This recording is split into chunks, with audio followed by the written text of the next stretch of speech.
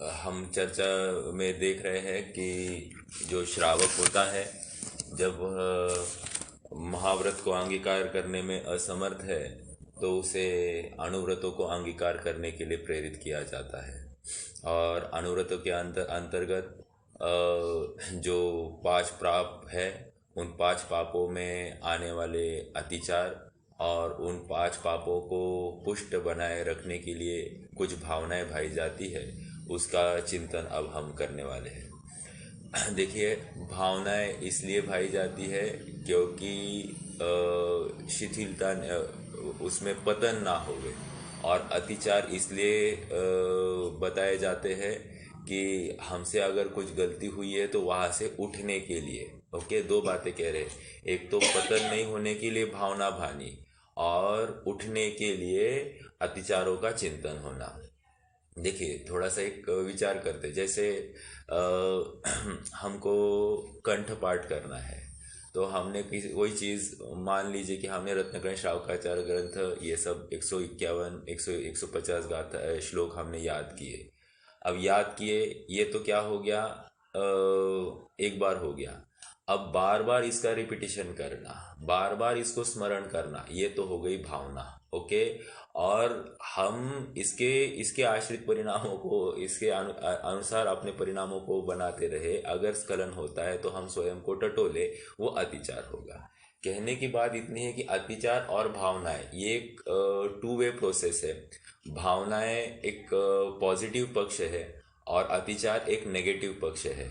अगर गलती हो गई तो उसका निर्णय करे, और भावना एक पॉजिटिव पक्ष है कि गलती हो ही ना, इसके लिए जीव को वहाँ पर जागृति निरंतर बनी रहती है।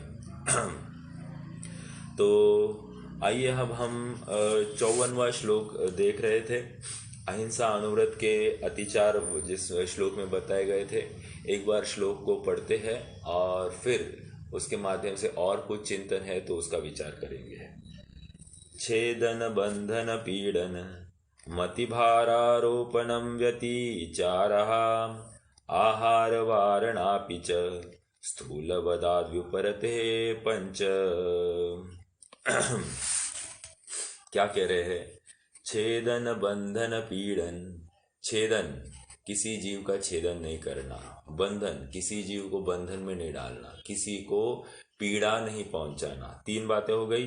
अति भारारोपण, किसी जीव को उसकी क्षमता से ज्यादा भार नहीं देना। ठीक है। और पांचवा क्या कह रहे? आहार वारण, अर्थात आपने उसके भोजन को भोजन का समय टाल दिया तो उसको आहार वारण कह रहे हैं। तो यहाँ पर आहार वारण के बदले कहीं कहीं पाठांतर भी मिलता है, आहार धारण। क्या कहा? आहार धारण। क्या है आहार धारण का अर्थ? आहार धारण का अर्थ इतना ही है कि भूख से कम देना। तो कोई बताएगा कि अरे भूख से कम देना ये तो उन्नोधर तप हो गया। नहीं नहीं, वहाँ तो सामने वाले जीव की इच्छा थी और हमने उसको उतनी अनुपात में भोजन नहीं कराया। तो ये कह रहे आहार धारण, ऐसा भी एक पाठांतर मिलता है, तो यथा योग्य वो समझना। ठीक है। ये एक बात हो गई। दूसरी बात, तत्वार सूत्र में, तत्वार सूत्र में जो अतिचार गिनाए हैं वहाँ पर तत्वार सूत्र श्लोक सूत्र क्रमांक 4 या 5 ही होगा, ज़्यादा दूर नहीं है ना।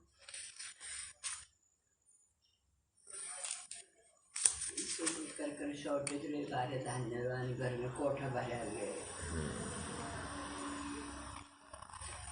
वो भी हुआ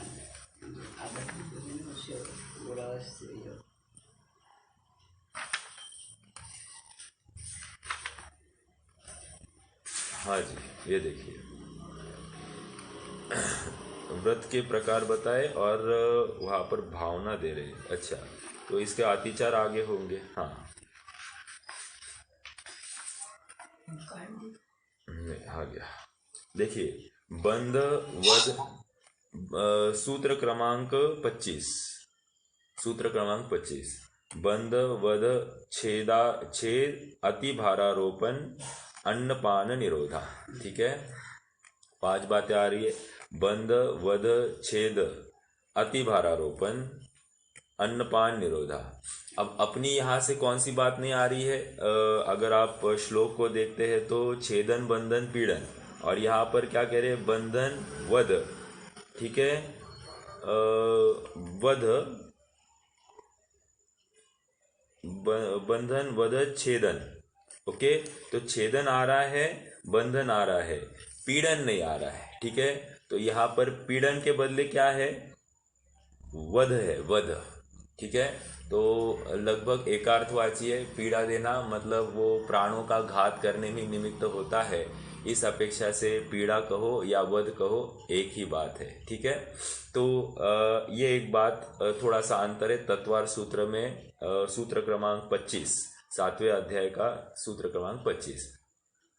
और मुझे एक बिंदु के ऊपर थोड़ा सा आपका ध्यान आकर्षित करना था कि ये जो हम संकल्पी हिंसा का जो दायरा है उसको किस प्रकार इसमें विचार कर सकते हैं। जैसे हम हमारे कपड़ों के ऊपर या घर में ऐसे कोई बर्तन आदि होंगे जिसमें फूल पत्तों का आकार होगा या किसी प्राणी का आकार होगा, तो ये सब ऐसे, या फिर खाने की चीज़ें इस रूप में कुछ बनी होगी, तो ये डायरेक्टली संकल्पी हिंसा में जाते हैं। तो हमको इन सब बातों से सावधान रहना है, यथा योग्य हमको बचना है। जैसे कपड़े होते हैं, कपड़ों के ऊपर कोई फूल होंगे या फिर कोई पत्ते होंगे, तो ऐसे कपड़ों का हम ग्रहण ना करें।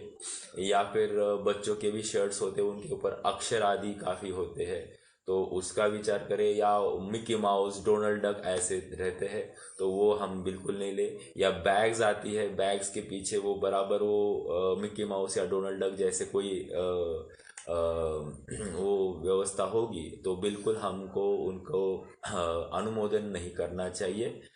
साथ साथ बच्चों को खिलौनों के रूप में जो डॉल आदि ला कर देते हैं, और बच्चे हमेशा उसके साथ थोड़ा सा खेलना होने के बाद में ऐसा उसके हाथ खींचते हैं, बाल खींचते हैं, तो ये जो प्रोसेस होती है वहाँ पर भी हिंसा का प्रसंग बनता है। ठीक है, तो हमको सावधानी रखनी है, सावधानी बरतनी है कि कहाँ कहाँ हिंसा हो सकती है। इसका पेटा बहुत बड़ा है। मैंने तो एक बिंदु यहाँ पर खड़ा किया, तो इस बिंदु के तहत हम और विचार कर सकते हैं कि कितनी जगह पर किस प्रकार से हिंसा हो सकती है। तो संकल्पी हिंसा से बचने का हर प्रकार से यत्न होना चाहिए। और देखिए थोड़ा सा छेदन, बंधन, पीड़न, मान लीजिए हम घास पर चलते हैं, तो किसी रूप से वो छेदन भी हो गया है। ठीक है, किसी रूप से वहाँ पर पीड़ा भी पहुँचाई गई है। या हम पत्ते के ऊपर चलते हैं, फूल के ऊपर पैर रखते हैं, तो वहाँ पर बिल्कुल जागरूकता होनी चाहिए कि अरे हम इसके ऊपर चल रहे, खेद बरतना चाहिए। अपन कहेंगे अरे रास्ते के ऊपर अभी गवर्नमेंट ने इतने पेड़ लगाए हैं, तो उसके फूल पड़ते, गाड़ी जाती, तो उसके उस हिंसा से अपन कैसे बचे?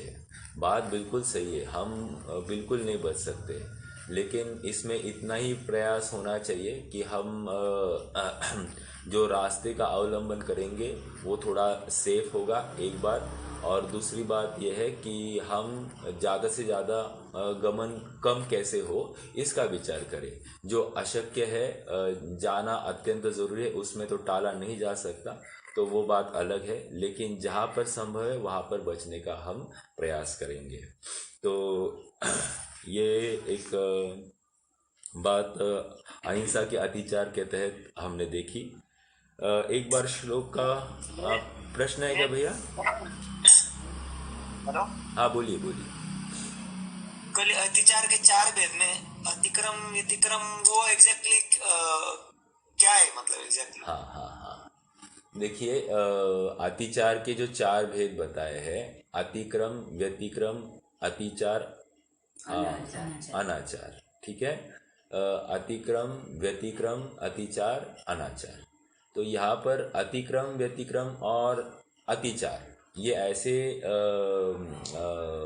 दोष है जिसमें परिणाम तो बिगड़ गए हैं, लेकिन भूमिका गिरती नहीं है, और अनाचार में साक्षात भूमिका गिरती है। जैसे अभी आपको बताओ, अतिक्रम। अतिक्रम में क्या कहा? क्षति मन शुद्धि, मतलब क्या?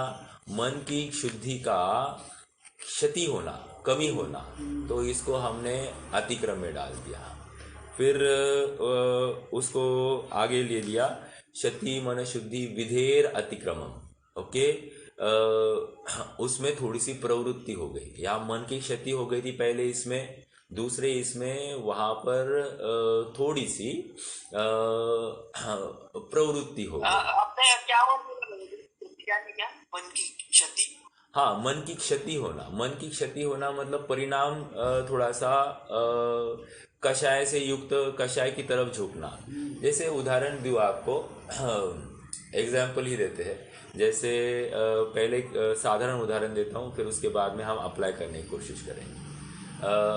एक एक्सीडेंट का विचार करते हैं। जैसे गाड़ी चला रहे हैं, और गाड़ी चलाते चलाते हम एक थोड़ी सी रैश ड्राइविंग कर रहे हैं, तो बाल बाल हम बच जाते हैं। ओके, तो एक्सीडेंट होते होते बच गया, अतिक्रम।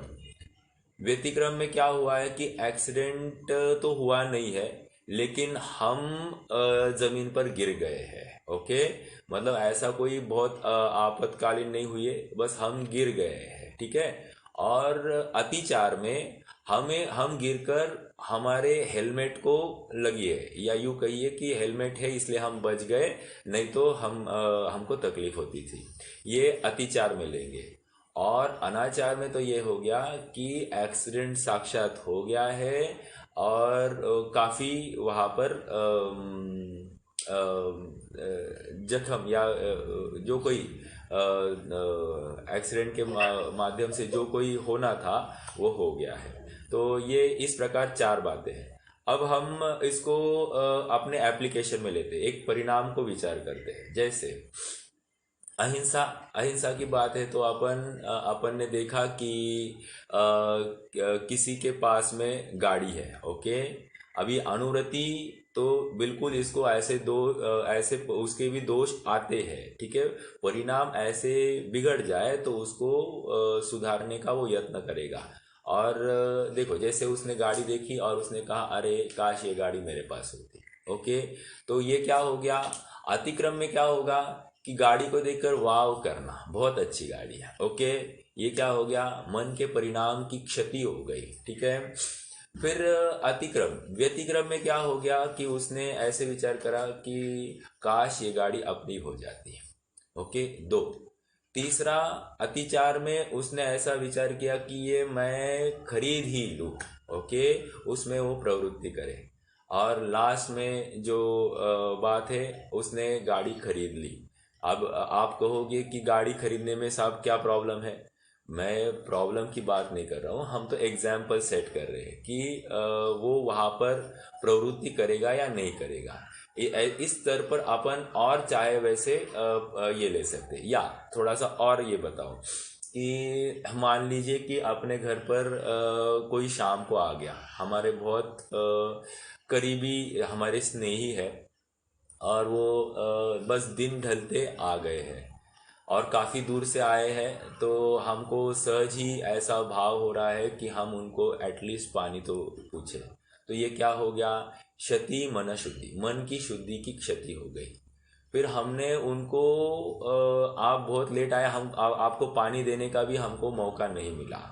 मतलब हमने एक एक्सप्रेस किया कि पानी हम ऑफर करना चाहते हैं। तो ये दो, ये व्यतिक्रम हो गया। अतिचार ऐसा है कि आप पानी लेंगे, एक फॉर्मेलिटी। तीन, और हम प्रत्यक्ष उनको पानी दे दिन जाने के बाद में, ये हो गया अनाचार। ठीक है। तो इस प्रकार ये चार रूप में ये अतिचार संबंधी दोष बताए। जो अंतिम है अनाचार, उसमें तो साक्षात वहाँ खोट आ गई है पाप में, वहाँ पर बुद्धिपूर्वक हमारे मन से वो दोष आ गया है। आप कहोगे कि पहले तीन इसमें भी बुद्धि तो थी ही, ऐसा नहीं कि बुद्धि नहीं है। हाँ, बराबर है, थी, लेकिन पूरा 100% प्रवृत्ति नहीं हो गई थी। यहाँ पर पूरी प्रवृत्ति हो गई है, इस अपेक्षा से वहाँ पर अपन उसको अनाचार में ले सकते हैं। अब कोई कहेगा कि मान लीजिए कि हमने क्रिया में तो नहीं किया, लेकिन हमको पूरे भाव उत्कृष्ट थे कि देना ही चाहिए था, लेकिन किसी भयवश हमने नहीं किया, तो वो भी उसको भी अनाचार में लेंगे, अतिचार में नहीं डालेंगे। समझ में आ रहा है? तो इस प्रकार अपन घटित कर सकते हैं। अभी हर एक अपेक्षा को, हर एक उदाहरण अपन ऐसा लगा सकते हैं, हर चीज में लगा सकते हैं। ठीक है?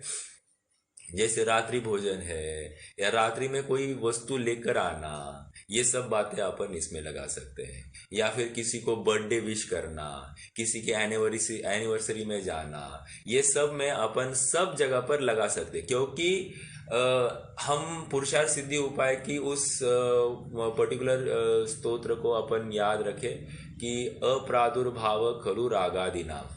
जब तक रागादि का प्रादुर्भाव नहीं हुआ है तब तक अहिंसा है, और जैसे ही राग आदि का प्रादुर्भाव हो गया है वो हिंसा है। इतनी सरल सरल परिभाषा उन्होंने दी है। अब राग आदि का प्रादुर्भाव कब होगा? जैसे ही अपने आत्मा से अपना उपयोग हटा, राग आदि का प्रादुर्भाव चालू हो गया। और जब तक आत्मा में है, राग आदि से तू दूर है। तो वो परिभाषा तो एकदम स्वीट एंड शॉर्ट में है, एकदम एक घाव दो टुकड़े है। ओके, आर या पार की बात है। लेकिन जब चरणानी योग की तरफ आते हैं तो चरणानी योग कहता है कि नहीं नहीं, थोड़ा सा और आगे भी है, और उसी बातों को हम यहाँ पर समझ रहे हैं। ठीक है? समझ में आई बात?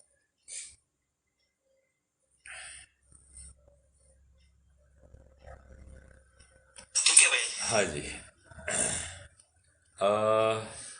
अगला श्लोक पढ़ेंगे अभी। नहीं, भावनाएं रह गई थी। आई एम वेरी सॉरी, भावनाएं रह गई है। भावना को एक बार देखते हैं और फिर आगे बढ़ेंगे।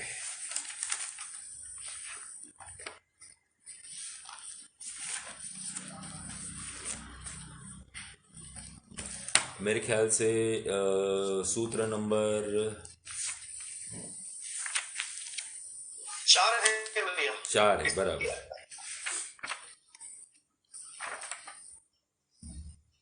हाँ जी। क्रोध, लोभ, भीरुत्व, नहीं 4 है ना। वांग मनोगुप्तिर या दान निक्षेपन समित्या लोकित पान भोजनानी पंच। अपन तो संधि करके देखेंगे इतना अभी। ये एक तो वांग मतलब वचन गुप्ती, दूसरा मनोगुप्ती, तीसरा ईर्या समिति, आदान निक्षेपन समिति, और आलोकित पान भोजन।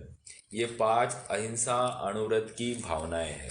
याद रखना, जो अनुव्रत के स्तर पर भावनाएं लगाई जा सकती है, वही महाव्रत के स्तर पर भी भावनाएं लगाई जा सकती है। अभी अपना अनुव्रत का प्रकरण है तो अपन अनुव्रत के सापेक्ष इसकी चर्चा करेंगे। देखिए, यहाँ पर वचन, मन और काय, इन 3 में डिवाइड किए बात। क्या कहा? वचन, मन और काय, इन 3 में बात की। वचन में के अनुसार वचन गुप्ती ली, मन में मन गुप्ती ले ली, और काय में उन्होंने ईर्या समिति, आदान निक्षेपन समिति और आलोकित पान भोजन, ये इसको भी यहाँ पर ले लिया। तो ये काय के आश्रित प्रवृत्तियां हैं। तो ये अहिंसा अनुव्रत की भावनाएं हैं। देखिए, अहिंसा अनुव्रत में हमको क्या लगता है कि किसी प्राणी का वध होना या उसके प्राणों का हरण होना, वो जान से मर जाना ही हिंसा है। और यदि वो कार्य नहीं हुआ है तो हम उसको हिंसा मानते ही नहीं। एटलीस्ट आज का लौकिक जगत तो इसको मानता नहीं है। जैसे आप विचार करना कि मेरे पास में बंदूक है, और बंदूक को लेकर मैं किसी के सामने ट्रिगर को तानता हूँ, और मैं गोली भी चलाता हूँ। गोली चलती है, लेकिन जिसको मारना है वो मरता नहीं है। तो क्या हुआ है? क्या अपराध हुआ है? क्या? तो आज का अपना न्याय कहेगा अपराध हुआ नहीं है। क्यों? किसी की जान गई नहीं है। लेकिन आप जिनागम के जिनालय में आ जाए या जैन न्यायालय में आएंगे तो यहाँ पर बताएंगे कि ऐसा नहीं है। आपके भावों में, मन में परिणाम हुए, या वचन के माध्यम से हुए, या की क्रिया के माध्यम से हुए, कहीं भी हुए होंगे तो आप दंड के पात्र हो। क्यों? आपके परिणाम की क्षति हो गई है। ठीक है, तो ये अहिंसा अनुव्रत की भावना है। क्या कह रहे हैं? वचन गुप्ती। प्रश्न आ रहा है कि वचन गुप्ती आपने अहिंसा अनुव्रत में कैसे ली? तो यहाँ पर वचन गुप्ती में कह रहे वचन को भले प्रकार रोकना, मतलब कठोर वचन नहीं कहना, हितमित प्रिय वचन ही कहना, या फिर गुप्ती के माध्यम से बोलना ही नहीं। अगर आप नहीं बोल सकते हो तो बहुत अच्छी बात है, और बोलने का प्रयोजन आता है तो आप हितमित प्रिय वचन ही बोलो। बट यहाँ पर गुप्ती कह रहे हैं तो गोपन करना, अपने को उसमें ढक देना, ये अर्थ निकलता है। तो यहाँ पर निश्चित रूप से नहीं बोलने के रूप में ही बात आती है, वचन गुप्ती। ठीक है, ये किसकी भावना है? अहिंसा अनुव्रत की भावना है। अब विचारणीय बिंदु ये है कि अहिंसा अनुव्रत में वचन गुप्ती कैसे ली गई? तो यही तो बता रहे हैं कि वचन अहिंसा इज नॉट लिमिटेड टू प्राण हरण और प्राण पीड़न। अहिंसा, ये पांचों पाप अहिंसा में ही गर्भित हो जाते हैं। अनृत वचनादि केवल मुदारुतम शिष्य बोधाय। पुरुषार्थ सिद्धि उपाय का एक प्रसिद्ध श्लोक है कि अपराध नहीं, कौन सा है? अनृत मतलब असत्य, अनृत वचन आदि केवल मुदारुतम मतलब मूढ़ शिष्य को बोध देने के लिए है। अर्थात यहाँ पर वे स्पष्ट कह रहे हैं कि एक अहिंसा ही पाप, मतलब हिंसा ही पाप है, इसी में सभी पाप गर्भित होते हैं। लेकिन वो शिष्य को विशेष समझाने के लिए, स्पष्टीकरण देकर समझाने के लिए हमने असत्य, चोरी, कुशील और परिग्रह आपको और खोलकर समझाया है। ठीक है, हालांकि है तो ये सभी हिंसा में ही गर्भित होंगे। कैसे होते हैं थोड़ा समझते हैं। जैसे अभी वचन गुप्ती है, वचन गुप्ती में अगर मैं कुछ कठोर वचन बोलूं तो क्या हो जाएगा? या वो किसी के प्राणों को पीड़न हो जाएगी। प्राणों को पीड़न होने से क्या होगा कि वो दुखी हो जाएगा, और हो सकता है कि वो अपने प्राणों को त्याग भी दे। किसी कठोर वचन को सुनकर ऐसा भी हो सकता है। तो उसकी प्राण हरण होने में अपन निमित्त बने, ये वचन गुप्ती नहीं रही। इसलिए बोलना है तो हितमित प्रिय वचन बोले, नहीं तो मौनम सर्वार्थ साधनम। मौन ही सभी अर्थों का साधन करने में कार्यकारी है। मनोगुप्ती, हाँ बोलिए। तो ये मनोगुप्ती में अतिक्रम कैसे लगेगा? क्योंकि उसमें तो सिर्फ मन की प्रवृत्ति है कहा। हाँ, मन की प्रवृत्ति यही है ना कि अब देखो थोड़ा सा क्षति मन शुद्धि, ऐसा अपन ने अगर वो अतिचार के बारे में लगाया, क्षति मन शुद्धि, तो मन की शुद्धि की अपन थोड़ी सी क्षति मानते हैं। जैसे अभी उदाहरण ही खड़ा करते हैं कि जैसे अभी अपने पास में कोई आया था शाम के समय में, और हमने उसको कुछ ऑफर करने की बात, तो वो आने वाले हैं या आ गए हैं और उनको अपन नहीं दे पा रहे, ये अपने को खेद वर्तता है कि दे नहीं पा रहे हैं। तो इसी को मनोगुप्ती कि मन को गोपन करना। अभी एक्चुअली देखा जाए तो मनोगुप्ती का विचार करते हैं तो वो स्पष्ट रूप से आप आत्मा में नहीं है, तभी ही मनोगुप्ती का विशेष रूप से विचार हो सकता है। जैसे ही अपन आत्मा के बाहर है तो वहाँ पर इष्ट अनिष्ट विषयों के आश्रित वो बराबर प्रवृत्ति करता ही है। तो एक मिनट है, थोड़ा सा मैं आपको यहाँ का पढ़ के दिखाऊं। मनोगुप्ती, मन में अन्याय। मेरे पास ये रत्नकण श्रावकाचार्य की सदासुखदास जी वाली टीका, उस पे पेज नंबर 217 क्या कह रहे हैं? मन में अन्याय के विषयों के भोगने की इच्छा का अभाव करके, खोटे संकल्पों को छोड़कर अपनी उच्चता नहीं चाहना, मन अन्य जीवों के विघ्न, इष्ट वियोग, मान भंग, तिरस्कार, धन की हानि, रोग आदि नहीं चाहना, रोग आदि नहीं चाहना वो मनोगुप्ती है। मतलब क्या, सबका अच्छा होए सबका बुरा होए ऐसी कोई भावना, किसी अन्य जीव का बुरा होए ऐसी भावना अगर अपनी बनी रहती है तो उसको यहाँ पर मनोगुप्ती में ले रहे। जैसे देखिए, मेरा किसी के साथ बनता नहीं है, ओके, और उसका कोई बुरा हो गया थोड़ा सा, तो मेरे मन में क्या हुआ, अच्छा इसको ऐसा ही चाहिए, इसने मेरे साथ ऐसा किया है तो इसका ऐसा ही चाहिए। तो ये जो हो गया है ये कह रहे मनोगुप्ती नहीं रही, ओके। तो परिणाम हमको उसका बुरा होने में हम आनंद मनाए, क्या है वो, उसको कौन सा आनंदी रौद्र ध्यान है ना, कौन सा हिंसा नंदी, हिंसा करने में या हिंसा होने में हम आनंद माने, तो या झूठ बोलने में आनंद, या तो झूठ नहीं बोलना है या तो किसी की हिंसा हो गई उसमें हम आनंद माने, तो यहाँ पर मन के स्तर पर हमने अच्छी भावना नहीं भाई, तो इसको मनोगुप्ती में लिया है।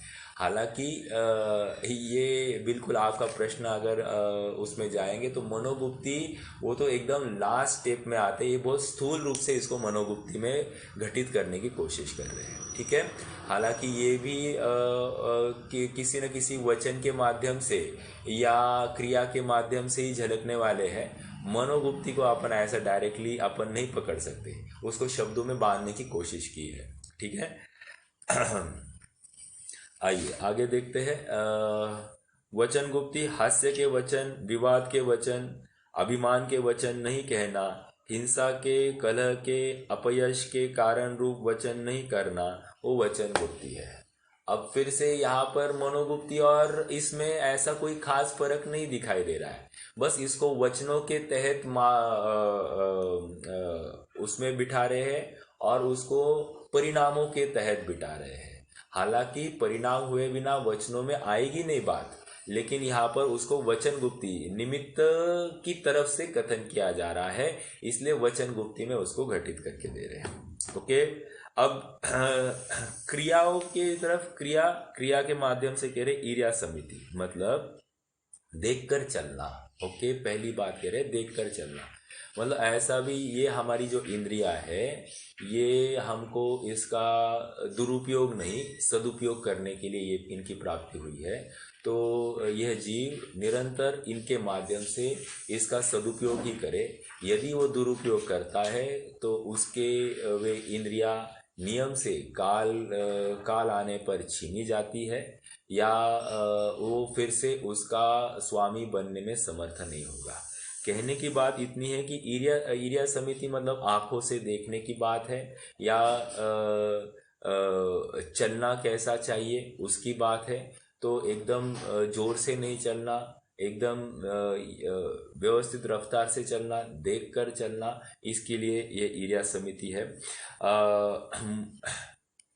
यहाँ पर कह रहे हैं त्रस जीवों की विराधना टालकर, हरी घास कीचड़ आदि को छोड़कर देख शोध कर गमन करना, चढ़ना उतरना लांघना, बड़े यत्न पूर्वक अपनी सामर्थ्य के अनुसार ऐसा करना जिससे अपने हाथ पैर आदि अंग उपांगों में कष्ट नहीं पैदा हो, जैसे अन्य जीवों को बाधा नहीं हो, उस प्रकार धीरज से हलन चलन करना वो ईर्या समिति है। कहने की हम भोजन लेते हैं थोड़ा सा, इन द सेंस हमने चावल लिए बनाने के लिए, कुकर में लगाने के लिए, तो पहले क्या किया जाएगा, सोधा जाएगा। बस ले लिए चावल और डाल दिए, पानी ऐड कर दिया और छोड़ दिया, ऐसा नहीं होगा। दाल ली, उसको हम बीन देंगे, या फिर गेहूं लिए, गेहूं को हम साफ करेंगे। हर चीज में हमारा विवेक वहां पर जागृत होगा। तो ये किस में लिया, ईर्या समिति, देखकर, या फिर नीचे अपने पैर के नीचे घास तो नहीं आ रही है, कोई जीव तो नहीं है, इसका बिल्कुल विचार और विवेक होना ही चाहिए। हम बस ऊपर देखकर गप्पे मारते हुए चल रहे हैं और नीचे चाहे उतने जीव जा रहे हैं, मर रहे हैं, ऐसा नहीं होना चाहिए। ये ईर्या समिति। आदान निक्षेपण समिति, आदान मतलब कैसे रखना और कैसे उठाना, ओके। अर्थात कोई भी चीज़ रखने से पहले वहाँ की जगह देखी जाती है, और उठाने से पहले तो उसमें कोई प्रॉब्लम नहीं, लेकिन रखना और उठाने की तरफ यहाँ पर संकेत है। जैसे हमको लेंटल के ऊपर, आजकल तो घरों में लेंटल आते नहीं है, लेकिन मान लीजिए कि लेंटल के ऊपर हमको कोई चीज़ रखनी है, तो वहाँ पर अनुवृत्ति जो है वो डायरेक्टली नहीं रखेगा, वो किसी स्टूल आदि के ऊपर चढ़कर वहाँ की जगह को देखेगा और फिर वहाँ पर जो चीज़ रखनी है वो रख देगा। समझ में आ रहा है? तो ये आदान निक्षेपण समिति, या फिर आदान निक्षेपण समिति में और बताओ, जैसे हमने कुकर खोल दिया, ओके, कुकर खोल दिया और कुकर में जो नीचे पानी होता है वो फटाफट सिंक में बहा दिया। अब क्या होगा, हमने बिना देखे फटाफट वो गर्म पानी बहा दिया, ये हो गई आदान निक्षेपण। हमने बिना देखे कुछ कर दिया, बिना सोचे कुछ किया, तो ये आदान निक्षेपण में जाएगा। समझ में आ रहा है क्या? तो इसका बिल्कुल विवेक अपने को होना। आलोकित पान भोजन, देखिए अहिंसा अणुव्रत की भावनाएं चल रही है, और कथन किस स्तर पे चल रहे हैं कि कैसा खाना पीना, कैसा उठना बैठना और कैसा चलना, इसकी बात है, और कैसे परिणाम, कैसे विचार रखना, इसकी बातें यहाँ पर कह रहे हैं। आलोकित पान भोजन, आलोकित पान मतलब क्या, दिन में ही भोजन करना। जब दिन में ही भोजन करना तो दिन में ही भोजन बनाना भी एक बात, ठीक है। रात्रि में ना अन्न सामग्री का देवा लेवा होगा, ये भी बात इसी में लगा दीजिए। मतलब मान लीजिए अपन रात्रि में सब्जी आदि लेते हैं तो ये गलत है। मतलब इसका हर स्तर पर हम प्रयास करें कि हम उसे टाल सकते तो टाल ही दें, ठीक है। तो ये भी आलोकित भोजन में ही बात जाएगी। आपको जानकारी होगी ही कि आलोकित पान भोजन के साथ साथ, मतलब वहाँ पर छठी प्रतिमा कौन सी, रात्रि भोजन त्याग प्रतिमा में, वहाँ पर तो यहाँ तक बताइए बात कि रात्रि में गमन भी नहीं करता है और रात्रि में बोलता भी नहीं है। ये भी बातें किस में लगाना, रात्रि भोजन में आलोकित पान भोजन के अनुसार आप उसको भी विचार कर सकते कि रात्रि में बोलना भी कितना बड़ा मुसीबत मोड़ लेने के समान है, ठीक है। तो ये आलोकित पान भोजन, ये 5 भावनाएं अहिंसा अणुव्रत की हो गई। इसमें हम देख रहे हैं कि अहिंसा मतलब प्राणों का पीड़न ही नहीं लेना। हमारी अन्य अन्य क्रिया के आश्रित जो कोई पाप होंगे या किसी परजीव के प्राणों को पीड़न पहुंचती है तो उनको भी यहाँ पर हमको यथावत समझना चाहिए, ठीक है। आपको प्रथमान्योग की एक कथा तो पता ही होगी कि मेरे ख्याल से वो शांतिनाथ भगवान का पूर्व भव है शायद।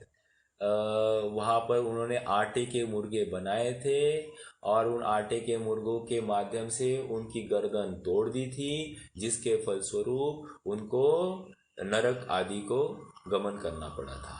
तो कहने की बात इतनी है कि सच्चा मुर्गा भी नहीं मारा था, वो तो आटे का मुर्गा था। तो हमको भी यथा योग्य हर जगह पर बचना चाहिए। अपने घर में ऐसे कोई बर्तन या फिर ऐसी कोई चीज़ें होगी जहाँ पर फूल या प्राणियों के चित्र होंगे, या हमारे वॉल के ऊपर प्राणी कोई घोड़े का, हाथी का कोई चित्र होगा, तो ये सब इस संकल्पी हिंसा में आ जाते हैं, ठीक है। तो हमको अपने अपने स्तर पर इसका विवेक और विचार करना ही चाहिए। आइए, हाँ बोलिए बोलिए।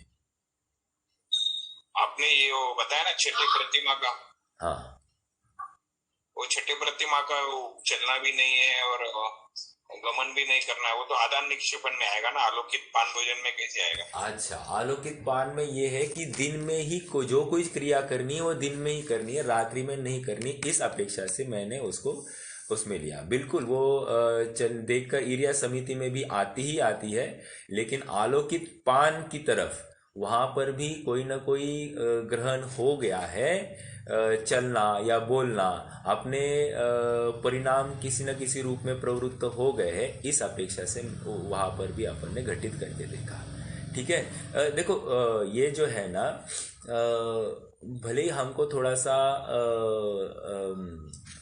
विचित्र भी लग भी जाए, लेकिन प्रयोजन इतना ही है कि हमारा यदि वो उद्यम है वो कम से कम उस प्रकार का उद्यम होवे।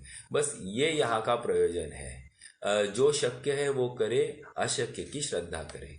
तो बिल्कुल, यदि हमसे हो नहीं रहा है तो श्रद्धा में हम ये गांठ बांध ले कि ये ऐसा ही है, अन्य प्रकार से नहीं है। हम कहेंगे क्या होता है उसमें, ये भी तो करते हैं वो भी तो करते हैं, तो उसमें तकलीफ है, उसमें हमारी प्रमाद प्रवृत्ति दिखाई देती है। और यहाँ पर प्रमादी होने को ही हिंसा कहा है। हिंसा में प्रमाद परिणति मूल है। तो इसलिए वो स्टेटमेंट मात्र हमारी विवेक या जागरूकता के हेतु था, और रात्रि में गमन नहीं करना या रात्रि में बोलना नहीं, वो उसी अपेक्षा से था। मतलब वो भी भोजन के अंतर्गत ही ले लिया अपन ने।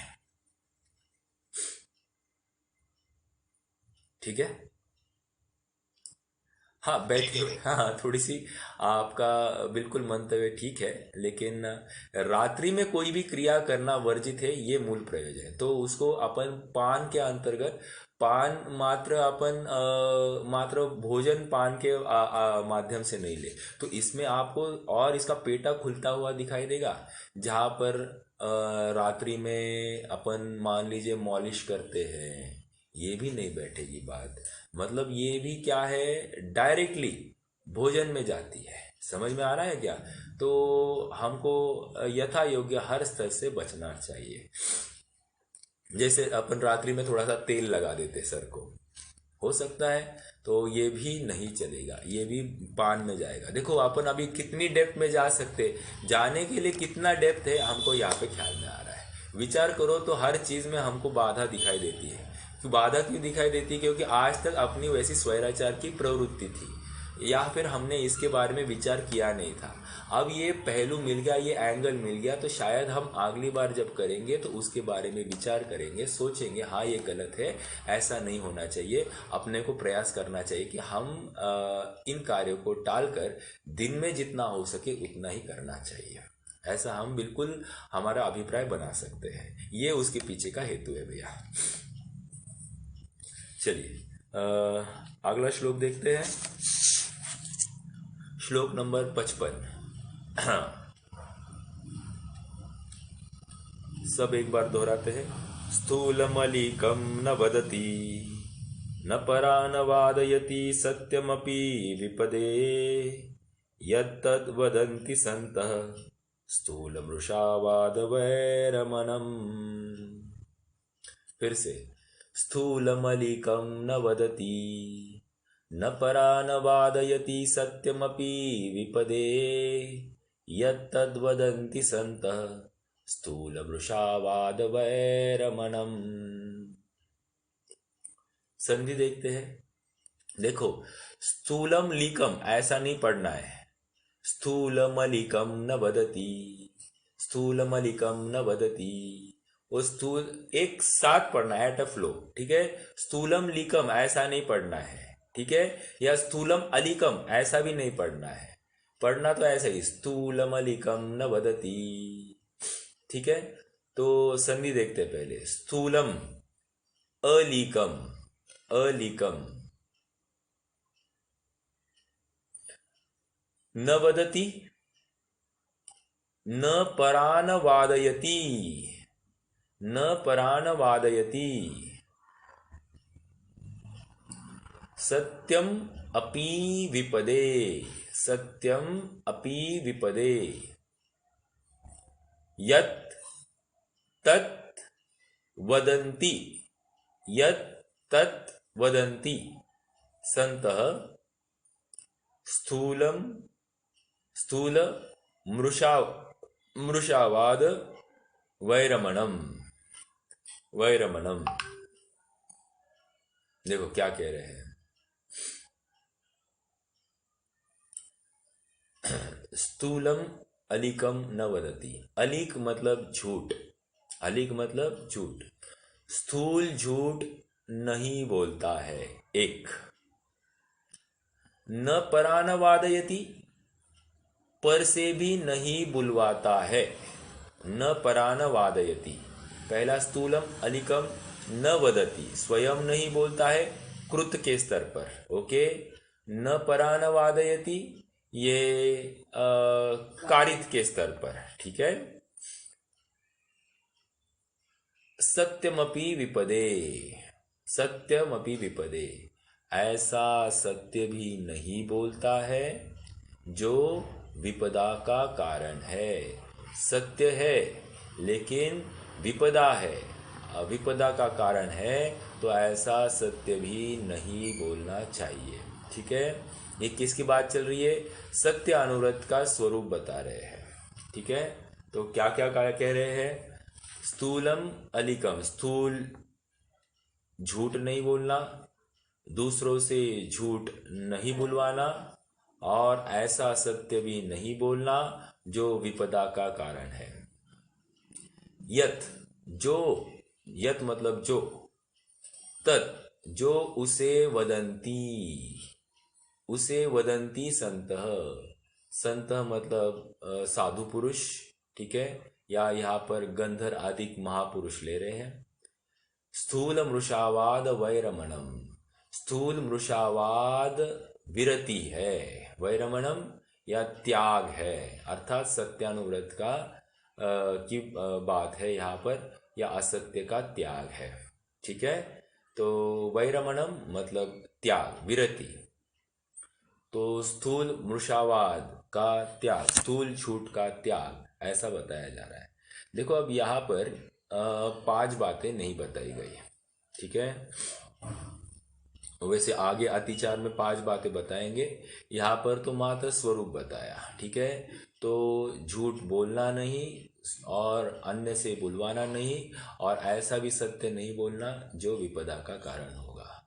तो ये इसकी इन संक्षेप में बात है। यहाँ पर सत्य की बात है। सत्य मात्र वचन के स्तर पर नहीं लेना है, सत्य तो अपनी क्रिया के आश्रित भी होगा। वचन तो है ही है, लेकिन क्रियाएं और मन के आश्रित भी अब इसको लिया जाएगा। अपन चर्चा करेंगे तो आपको समझ में आएगा कि सत्य कह रहे हैं, और यहाँ पर बिल्कुल हमको अन्य बातें भी दिखाई दे रही है, ठीक है। क्या कह रहे हैं देखते हैं। तत्वार सूत्र देखना है क्या पहले?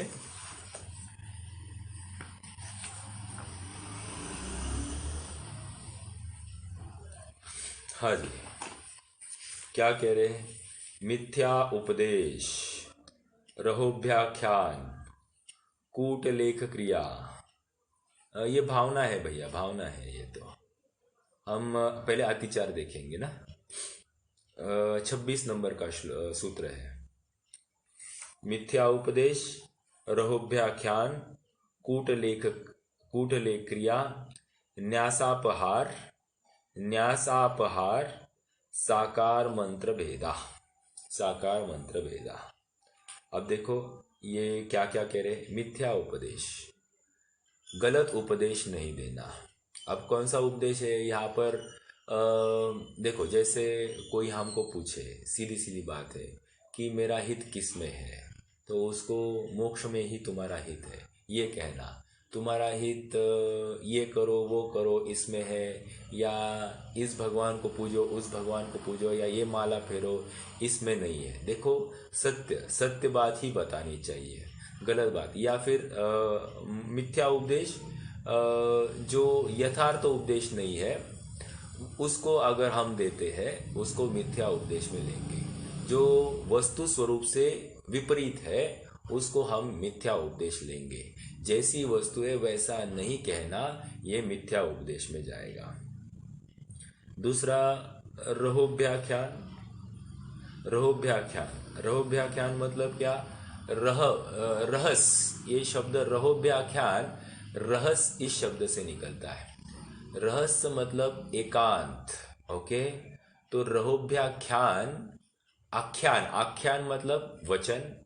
तो एकांत में सुना हुआ कोई वचन है, उसको हम किसी से उजागर नहीं करेंगे। रहोव्याख्यान, मुझे मान लीजिए किसी के बारे में कोई गलत बात खबर में आ गई है, तो मैं इमीडिएटली तुम्हें पता है कहकर सबके साथ में वो शेयर नहीं करूँ। ये रहुव्याख्यान। अणुव्रति को ऐसा बिल्कुल विवेक रहता है कि वो अपनी कोई गलत बात सुनी हो, किसी की एकांत में हुई बात को देखी सुनी हो, वो किसी से शेयर नहीं करता है। बहुत बड़ी बात है। और यदि वो ऐसा करता है तो वो प्रायश्चित लेता है। क्यों? ये अतिचार है ना, दोष आ गया। तो दोष का कौन से स्तर पर? जैसे अभी बोलेगा तो तकलीफ है, बोल दिया तो वो अनाचार में गया, बुद्धिपूर्वक बोल दिया ना। लेकिन यहाँ पर तो यह है कि ये इसको किसी न किसी को तो बतानी चाहिए। ऐसा उसको एक भाव हुआ, या फिर ऐसे के साथ ऐसा ही होना चाहिए, ये कोई बात हो गई, या ये बात मैं किसी को बता दूंगा तो बहुत उसकी निंदा होगी, तो बहुत अच्छा होगा। ये जो कोई परिणाम है ये अतिचार में लेंगे, और यदि वो प्रकट ही करता है तो वो उसको अनाचार में लेंगे। हालांकि इसको बाइफरकेशन अपन ऐसा इतना स्ट्रेट फॉरवर्ड नहीं कर सकते हैं कि मन के परिणाम को भी हम अनाचार में नहीं ले, ऐसी बात नहीं है। बिल्कुल संभव है मन के स्तर पर भी अगर परिणाम बहुत विकृत हो गए तो उसको भी हम अनाचार में ले सकते हैं। मात्र कार्य होने के अवसर पर अपन उसको अनाचार में ले लेंगे। परिणाम में वो जो तीव्रता है, वो जो इंटेंसिटी है, उसका मापन या उसका नापना हमको स्वयं को है कि कितने इंटेंसिटी में ये बात हो रही है, और उसके अनुसार ये अतिचार किस टाइप का है ये हम स्वयं निर्णय करेंगे, कोई दूसरा हमारे लिए नहीं करेगा। ठीक है? जैसे आपको बताओ, जैसे कोई मुनिराज है, अपने आचार्य देव के पास जाते हैं और उनसे जो कोई उनसे गलती हो गई है उस बात की निंदा गढ़ा करते हैं। निंदा करना एटलीस्ट वो स्वयं के स्तर पे होती, गढ़ा मतलब वो वचन जाकर कहते हैं। तो आचार्य देव ये जो गुप्त बात पता चली है वो किसी दूसरे मुनि को नहीं बताएंगे। क्यों? क्योंकि इससे ये मुनिराज को अगली बार आपको वो पूरी बात नहीं बताएगा, वो हड़बड़ाएगा, और उससे उसका मोक्ष मार्ग भी खराब हो सकता है, या फिर उसका आचार्य के प्रति आस्था या श्रद्धा डगमग सकती है, जिसको लेकर फिर से मोक्ष मार्ग खराब हो सकता है। तो इसलिए आचार्य देव के ऊपर कितनी बड़ी जिम्मेदारी ये हमको समझ में आया। उसी प्रकार हमको भी हमारे जो साधर्मी जन हैं उनकी कोई कमियां है, कोई एकांत की या रहस्य की बात हमको पता है, तो हमको किसी से शेयर नहीं करनी चाहिए, हमें हमारी तक ही रखना चाहिए। समझ में आया? तो ये बात बिल्कुल। और जो कोई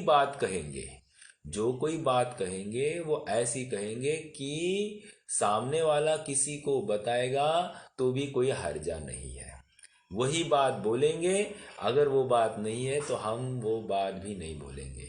इसलिए यहाँ पर वचन भी जो है वो बोलने योग्य वचन भी जिन वचन है, अन्य कोई भी वचन कहने योग्य नहीं है। ठीक है? क्योंकि वो मिथ्या उपदेश में भी नहीं जाते हैं, किसी के एकांत की बात भी नहीं है, वो तो सबके सुखी होने का उपाय जिसमें मालूम पड़ता है, तो रहुव्याख्यान या मिथ्या उपदेश में नहीं लेंगे। ठीक है?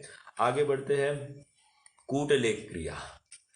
कूटलेख क्रिया मतलब अन्य के बारे में कोई झूठा लेख प्रसिद्ध करना। ओके, है नहीं वैसी बात, लेकिन हमारे कॉम्पिटिटर है, उसके बारे में कोई गलत लेख अपन छपवाए, ये कूटलेख क्रिया। या फिर आज के डेट में व्हाट्सएप के माध्यम से हम डायरेक्टली फॉरवर्ड करते धड़ाधड़ बिना उसकी सत्यता परखे, ये कूटलेख क्रिया में आ जाएगा। ये किस स्तर पे, हमने तो लिखी नहीं है, किसी और की लिखी हुई है, हमारे अनुमोदना के स्तर पे जाती है, क्योंकि हम आगे बढ़ाते हैं तो कृतकारित अनुमोदना, अनुमोदना के स्तर पर वो कार्य होता ही होता है। हालांकि हमने फॉरवर्ड किया है तो कृत के स्तर पे तो आया ही है, और अनुमोदना भी अपने आप उसके साथ में छिपी हुई है। ठीक है। तो कूटलेख क्रिया, अन्य के बारे में कोई झूठा लेख लिखना नहीं या झूठा लेख प्रसिद्ध करना नहीं, ऐसा अपन ये 9 कोटि से लगाना है ना, तो हर स्तर पर अपन जैसा बैठ सकता है उसको लगाएंगे। न्यास अपहार, न्यास अपहार, न्यास अपहार क्या कह रहे हैं कि न्यास मतलब रखना। शिलान्यास शब्द कहाँ से निकला है समझ में आया, हम यूज करते हैं शिलान्यास। शिलान्यास मतलब क्या, हमने कोई पत्थर की नींव रखी, रखने को न्यास कहते हैं। अब यहाँ पर न्यास अपहार, न्यास अपहार मतलब क्या, जो रखी हुई चीज थी उसका अपहार करना। ये समझ में आया क्या? देखो शब्द हमको शायद नवीन लगेंगे, लेकिन उसका हम डे टू डे हमारे जो यूजेबिलिटी है उसके साथ में रिलेट करते हैं तो काफ़ी इजी हो जाते हैं और याद रखने के लिए भी आसान हो जाती है। तो न्यास अपहार में क्या हुआ कि किसी ने अपने पास कोई वस्तु रखी थी और वो आकर हमसे उस वस्तु से कुछ कम मांगे। जैसे किसी ने हमारे पास 5 लाख रुपए दे दिए थे, भैया आप हमारे पैसे संभालना, और वो भूल जाए कि 5 लाख थे या 3 लाख थे या 2 लाख थे, तो आकर के भैया मेरे वो कुछ 3 लाख थे ना आपके पास, जरा लौटाएंगे। तो मैं कहूँ अरे वाह 3 लाख, हाँ वो थे ना बराबर, आपको चाहिए अभी ले लो, ये इमीडिएटली उसको 3 लाख निकाल कर देना। तो ये क्या हुआ, रखी हुई चीज को अपहार किया, ये चोरी में जाएगा। अब प्रकरण किसका चल रहा है, सत्यानुव्रत के अतिचार कह रहे हैं, और बता क्या रहे हैं, चोरी की बात बता रहे हैं। तो बिल्कुल यहाँ पर झूठ कैसे लिया, देखो एक पाप का रूप दूसरे पाप में दिखाई देता है। अब जैसे सत्यघोष की कथा आपको पता है, सत्यघोष ने किसी के हीरे रख लिए थे, और कोई वो लेकर चला, उसके पास रखकर चला गया, और बाद में आकर मांगा तो उसने कहा कि तुमने मेरे पास कुछ नहीं रखा था, तो उसको फंसा दिया। तो उसको लेकर वो क्या हो गया, पागल हो गया था, अर्थात हर जगह पर वो मारा मारा फिरता था और दुखी होकर घूमता था, और निरंतर सत्यघोष ने मुझे फंसाया, सत्यघोष ने मुझे फंसाया, ऐसा कहकर चलता था। तो ये जो प्राण पीड़न हुआ, जो दुख हुआ उसको, ये तो अहिंसा में जा सकता है, लेकिन अहिंसा का रूप सत्य में आ गया है, आप थोड़ा सा समझना इस बात को, या अचौर्य का रूप, चोरी का रूप सत्य में आ गया है। तो ऐसा बिल्कुल ये बैठते हैं, एक दूसरे में ये बैठ सकते हैं ये पाप। तो इसका हमको ख्याल होना चाहिए कि एक पाप का रूप दूसरे पाप में होता है। तो क्या कौन से हो गए, मिथ्या उपदेश अर्थात गलत उपदेश नहीं देना, जिन वचन या मोक्ष मार्ग से विपरीत कोई उसको उपदेश नहीं देना।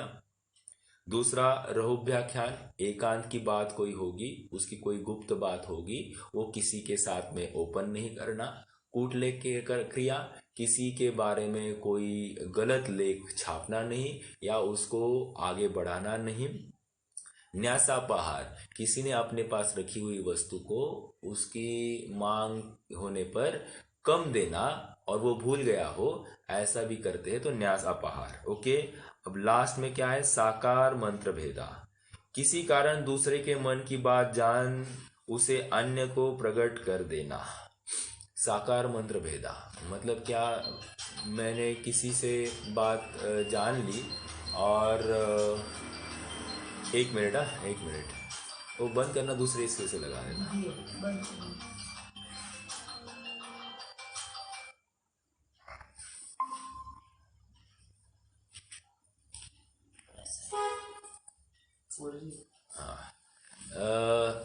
साकार मंत्र भेदा, तो किसी कारण दूसरे के मन में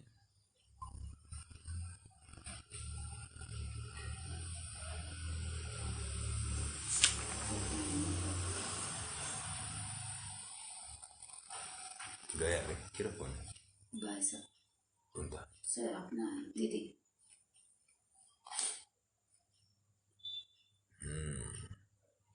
समझा से रहने की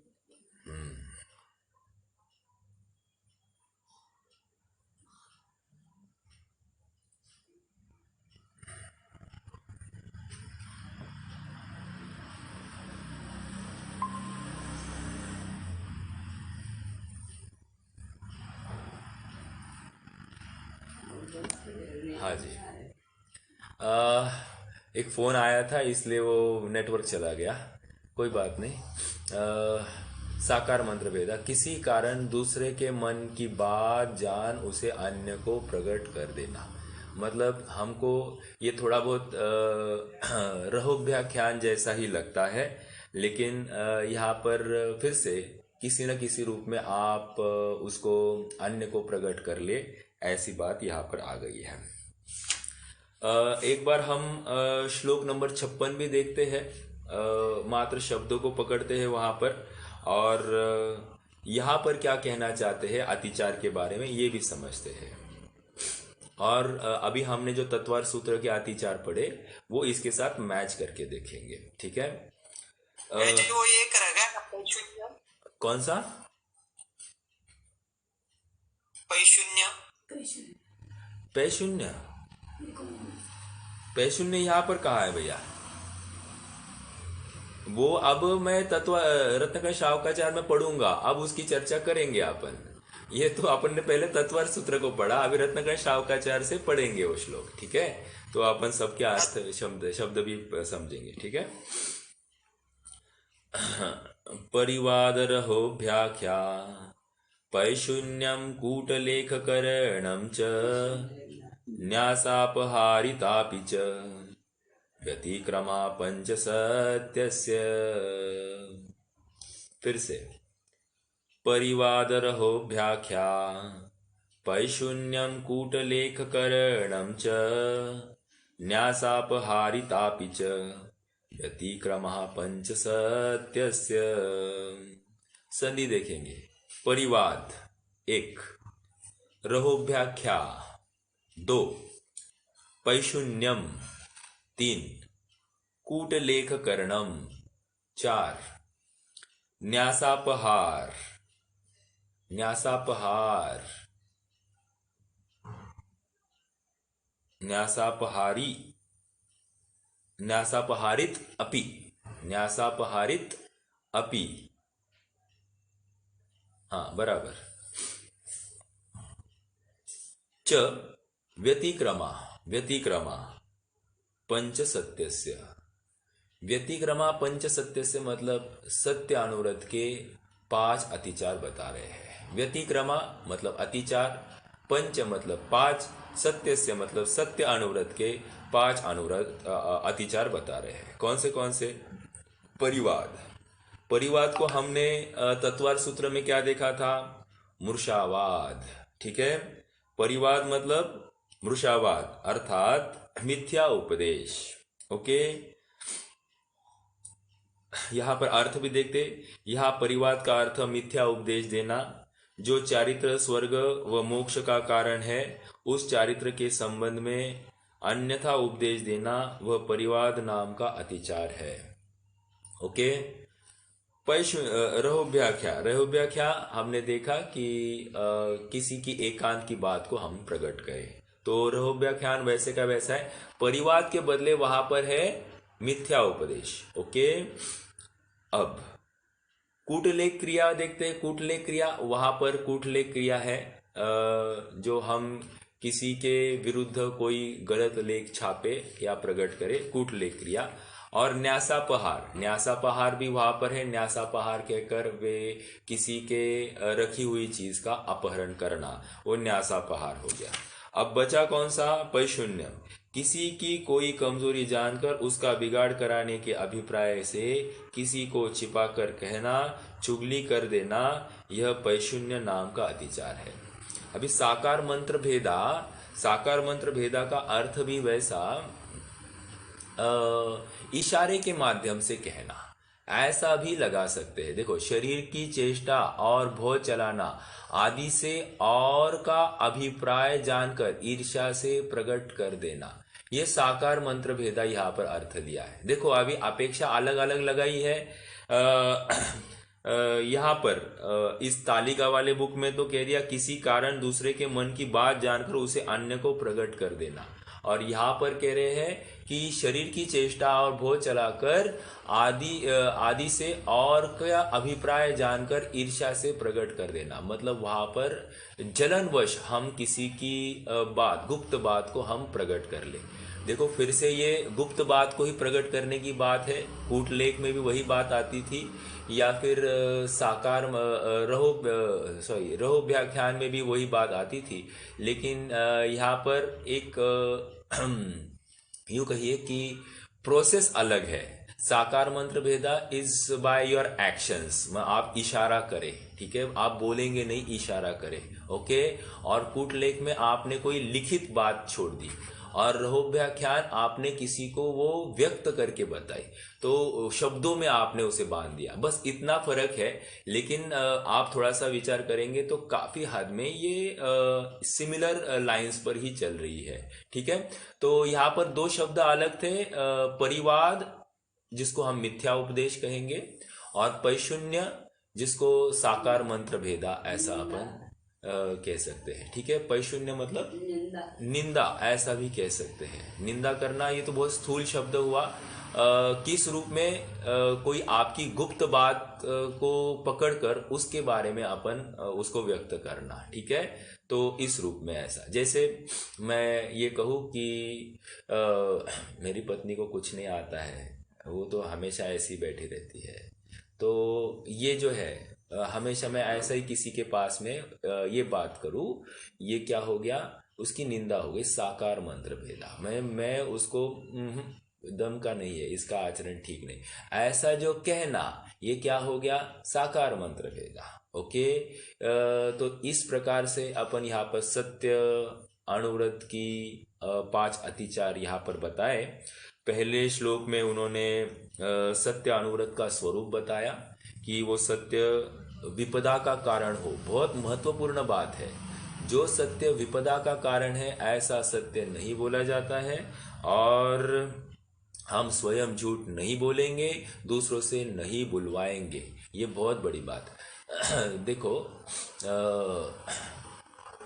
बहुत बार ऐसा होता है कि हम शायद स्वयं नहीं बोलते हैं, लेकिन किसी और से बुलवाते हैं, किसी और को कहते तू फोन करके उनको बता, तो ये सब इसी के अंतर्गत जाएगा। हम स्वयं खराब नहीं होना चाहते, दूसरे के माध्यम से बात रखते हैं, तो ये गलत है, ठीक है। बहुत बड़ा पेटा है इसका। अगर आप थोड़ा सा इतिहास भी देखें तो गांधी जी ने जो अपनी ऑटोबायोग्राफी लिखी उसका नाम माय एक्सपेरिमेंट्स विथ ट्रुथ लिखा, ओके। तो माय एक्सपेरिमेंट्स विथ ट्रुथ मतलब सत्य के साथ मेरे प्रयोग, ओके। उनको पूछा गया कि आप तो अहिंसा के प्रेरक है, तो आप माय एक्सपेरिमेंट्स विथ अहिंसा ऐसा क्यों नहीं लिखा। तो उन्होंने कहा कि यदि मुझे ये सत्य और अहिंसा दोनों एकार्थवाची है, जब सत्य बोला जाता है तो हिंसा होती नहीं है, जब असत्य बोला जाता है तो सहज ही हिंसा होती ही होती है, ऐसा उनका वहाँ पर वचन था। तो यहाँ पर अब एक अपेक्षा ये दिखाई दे रही है कि सत्य भी कहीं न कहीं हिंसा को प्रेरित करता है, ओके। तो सत्य का रूप, सत्य में भी हिंसा दिखाई देती है, ये हमको यहाँ पर समझ में आ रहा है, ओके। तो आज के लिए रुकते हैं। कोई प्रश्न है तो आप पूछ सकते हैं, नहीं तो फिर आज के लिए रुक जाते हैं। अगली बार अपन भावनाएं देखेंगे, सत्य अणुव्रत की भावनाएं। बहुत बड़ा पेटा है, अपन बहुत संक्षेप में भी इसको देख रहे हैं क्योंकि समय की सीमा भी अपने पास में है। चलिए बताइए, कोई है प्रश्न? नहीं है, रुकते हैं, जिनवानी स्तुति करेंगे। निज निधि निज में बताई, यह अनंत उपकार